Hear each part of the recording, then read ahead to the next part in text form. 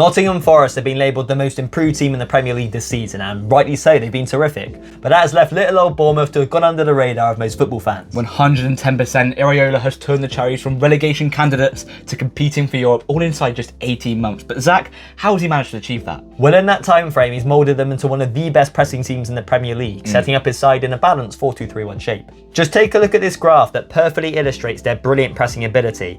As you can see, no team in the Premier League averages more ball disruptions than Bournemouth, and they rank high in terms of high pressing intensity as well. And this style of play has contributed massively to their success this season, as they currently sit in a European spot. It's also worth a mention that Iraola isn't a manager who favours possession as shown in this graph here, and is happy to allow the opposition to have the ball, as Bournemouth create most of their chances by winning the ball back through their press, as opposed to sustained possession or relying on a conventional number 10 or attacking fullbacks to fashion openings. The Spaniard has also improved many of the players who were at the club prior to his arrival as well. Just take a look at Semenyo. He's come on leaps and bounds under Iraola, and that's because he's better suited to his system than he was to Gary O'Neill's.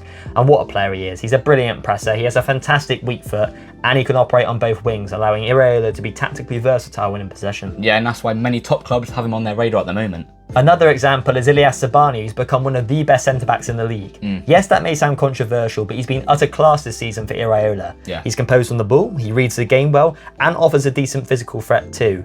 Whereas under Gary O'Neill, he struggled to showcase this quality due to injuries and not being favoured when fit. But since Iraola's took over, he started every league match bar one. And Ryan Christie, wow, how Iraola has revolutionised that man has been absolutely incredible. When he joined the club, he was signed as a wide player, and although he was decent technically, he didn't have the output to consistently play there at the top level. But what he did have was a superb work ethic. Subsequently, Iraola noticed that and moulded him into a brilliant central midfielder who was integral to their pressing structure. On top of that, signings such as Cliver and Kirkes have been brilliant additions, and the likes of Evan Nilsson, Alex Scott and Howson have proved their worth too. Many of these young assets were acquired for a low fee, meaning once they do leave Bournemouth, they'll ultimately be worth far more, generating the club ample profit and revenue.